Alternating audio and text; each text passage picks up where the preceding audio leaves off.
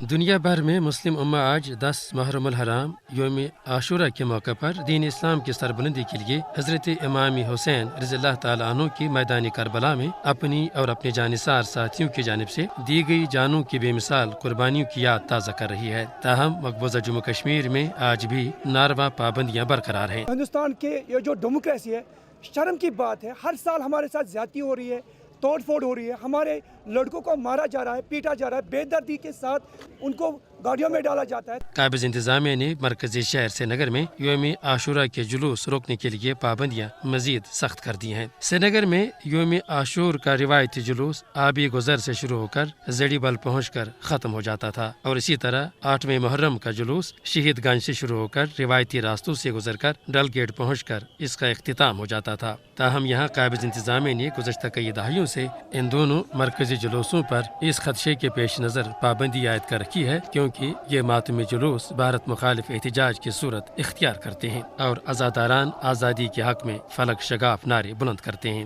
یہ امر قابل ذکر ہے کہ گزشتہ دنوں 8ویں محرم کا جلوس یہاں مودی سرکار کے یزیدی لشکر کے لیے سوہانی رخ تھا۔ اس پرامن ماتمی جلوس پر بھارتی پولیس بیڑیوں کی طرح ٹوٹ پڑی، درجنوں عزاداران بری طرح زخمی ہوئے اور 60 کے قریب گرفتار کر لیے گئے۔ جمہوریت کے دعوے داروں نے صحافیوں کے کیمرے بھی توڑ دیے اور انہیں بری طرح تشدد کا نشانہ بنایا۔ در حقیقت یہی تو وہ کربلا کے مناظر ہیں جو دور حاضر کے یزید مودی نے مقبوضہ علاقے میں برپا کر رکھی ہے۔ یوم عاشورہ کا موقع ہو یا عیدین کے ایام، کشمیری مسلمانوں کی مذہبی آزادی سلب کر کے ان پر مزید پابندیاں عائد کر دی جاتی ہیں۔ کشمیری مسلمانوں کے مذہبی حقوق کا احترام تو دور کی بات، آج ہندوتوا پجاریوں کی ریاستی دہشت گردی کے سبب ان کا جان و مال، عزت و آبرو سب کچھ داؤ پر لگ چکا ہے۔ تاہم مودی کے جنونی ٹولہ پر یہ واضح ہونا چاہیے کہ کشمیری مسلمان سنت حسین کی پیروی کرتے ہوئے کبھی بھی اپنی سرزمین پر باطل نظام کو گوارا نہیں کریں گے۔ اہل حق کا یہی شیوا رہا ہے کہ انہوں نے ہمیشہ جابرانہ نظام کے خلاف جھکنے کے بجائے سر کٹوانے کو ترجیح دی ہے۔